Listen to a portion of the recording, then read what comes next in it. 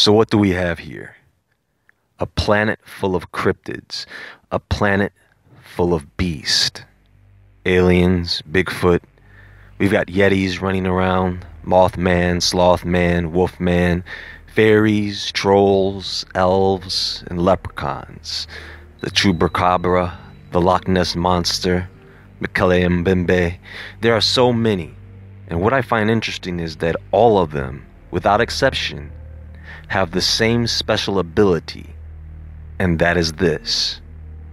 They can all evade us like the Predator. It's like they all went to cryptid school where they all learn how to disappear. I don't understand how every cryptid is a freaking ninja. I mean, these things are always disappearing behind rocks, buildings, bushes, trees, or something diving into the water quickly on sight. Even UFOs.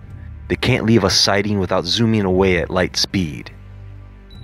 Now, what I just said should be a clue to everyone. Take any animal you can think of, the rarest, most difficult to find animal you can think of. Now, you can track that animal, you can hunt it, and you can kill it. And you can videotape the whole thing in HD. Not only that, you can bring that animal back for everyone to see and examine. I don't care what it is. A duck-billed platypus, which was once thought to be a myth, but we know that it is not, because of the things I just mentioned. Now, for some strange reason, you can't do that with these cryptids. And even if it is heard of someone catching, killing, or having in their possession the specimen always turns out to be a fake, or missing, destroyed in a fire or something. So, there's another cryptid that seems to be trending again. Mermaids. And you're going to find that this being has a very, very old history. A shattered past. But familiar. You know, there is a whole world down there in the abyss. And yes, there are secrets.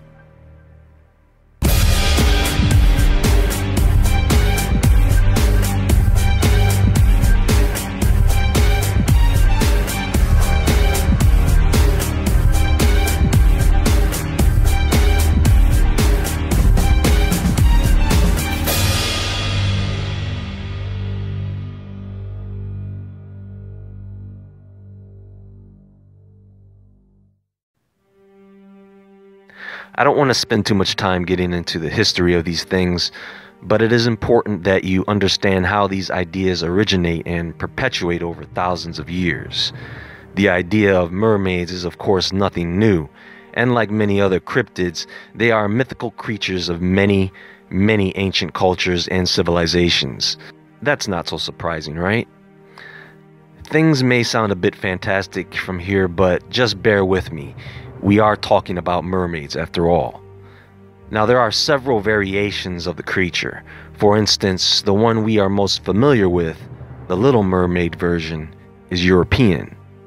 So the first thing to understand is that when and if someone finds the remains of a mermaid, there has to be a set standard for what a mermaid is versus some other creature. So that if you find something of the sort, you can look at the features, organs, skeletal structure, and identify the species as a mermaid based on a real-life specimen. Otherwise, you can call the creature whatever you want because it would be the first specimen. So we use the term mermaid here with that in mind.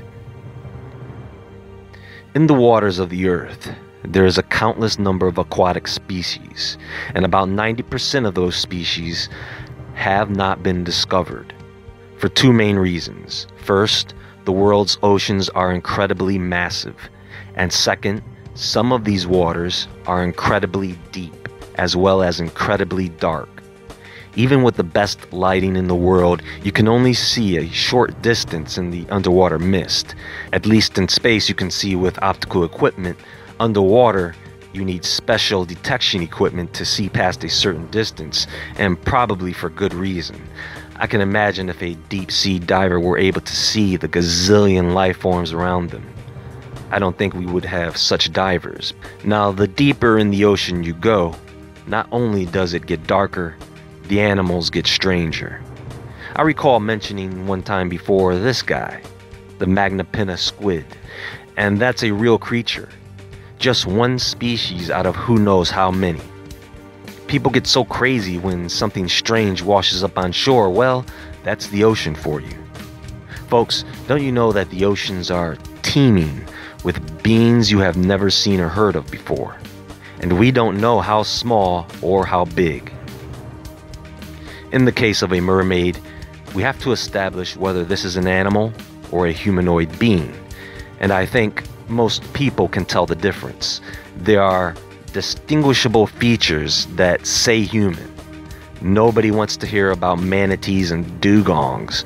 Does that look like a mermaid to you? No, not even close. So we're not going to go there with the manatees when we're looking for Daryl Hannah. So if this is not an animal and an entirely different species of human, we have to ask the question, where did it come from? There are only a few ways as far as I know. You can say God, you can say fallen angels, you can say aliens, you can say evolution, and you can say man. Evolution? Nope. That doesn't even make sense. You don't go from fish to man and get stuck somewhere in between. It doesn't work. The reason being, we are talking about mermaids. See, if we were talking about manatees, then we could discuss the nature of its evolution because it's just an animal. But we're not. We're talking about fish people. So in order to make the mermaid idea work with science, biology, and physics, you have to change some things.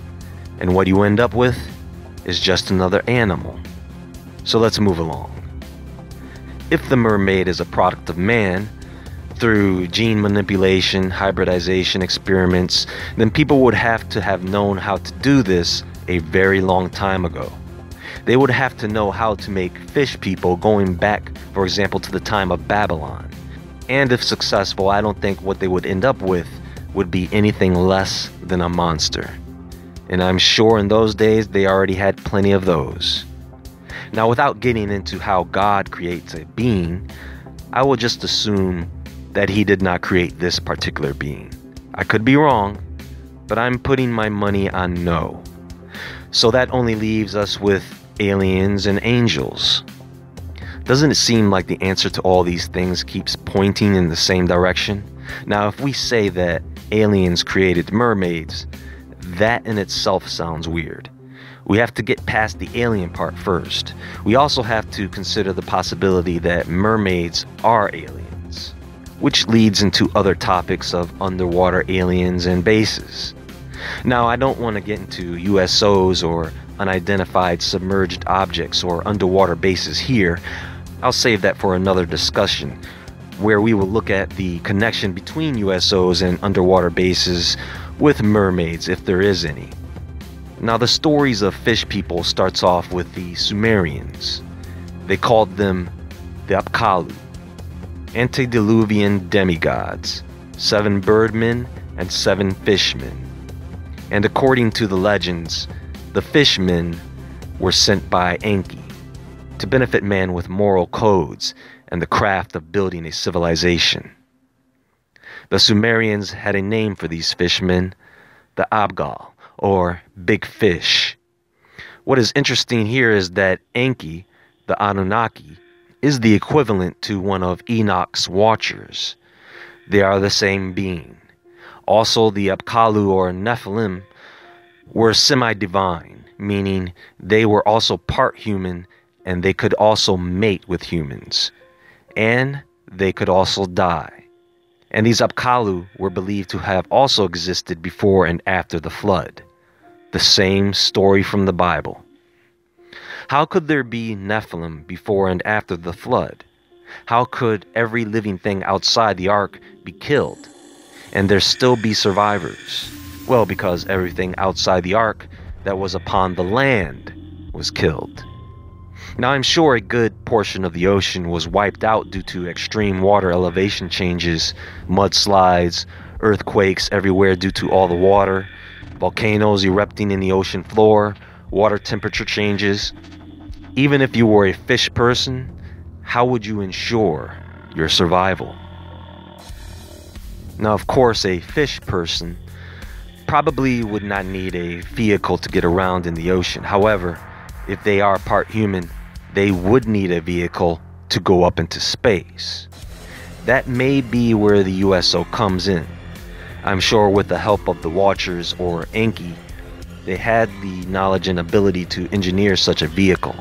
Other than that, how did any of these beings escape the flood? Perhaps you could simply leave the planet in a ship, or maybe it would be possible to hold out in an underwater chamber or cave or bunker, a base. When it comes to mermaids, what we are dealing with is another ghost, another demon, evil spirit, another shape-shifting extra-dimensional dark entity whose sole purpose is to elude, seduce, and corrupt. Disney's The Little Mermaid is the best story you're gonna get in terms of it being light. The original story by Hans Christian Andersen in 1836, which is a much better story, by the way, is a very good story for transitioning the view of mermaids from gods and monsters to a friendlier, sexier being. Because before Ariel, there was the siren. The call of the siren. This gets very interesting as this entity does what many cryptids do, and that is lure you. Why do you think Bigfoot is only seen for a second before it disappears behind a tree? It is luring the witness.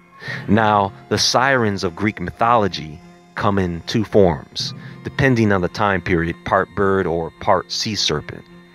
They were originally the companions of Persephone, the goddess of the underworld, daughter of Zeus and Demeter. One day, Persephone was gathering flowers and was suddenly kidnapped by Hades. So Demeter gave the sirens wings so that they could find her. They are depicted as nymphs. They are depicted as beautiful women with bird wings, hypnotic voices, and often holding musical instruments such as a harp. Later on, they were depicted as half female or half male and half fish. An easy transition as the siren has no one clear history. The stories tell of how lost mariners would get caught in the lure of the siren's song. Once heard, the victim is hooked. Everything around them becomes mute, and they are uncontrollably attracted to the sound of the siren. Men would abandon ship in an attempt to reach the siren, resulting in their deaths. They say once the siren's call is heard, there is no escape. The merman is depicted as being much less human-looking, more aggressive and monstrous, and very rare in numbers. But again, this depends on the legend.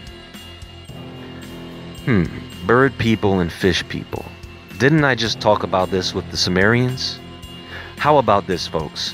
Let's take a look at the Japanese version of the mermaid. Maybe they have a different story.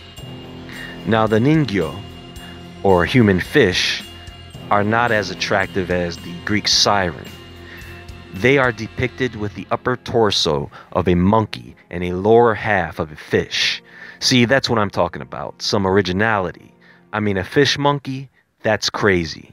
Some legends depict this creature as only having the head of a monkey, or sometimes a dreadful-looking human-like head with horns and sharp teeth.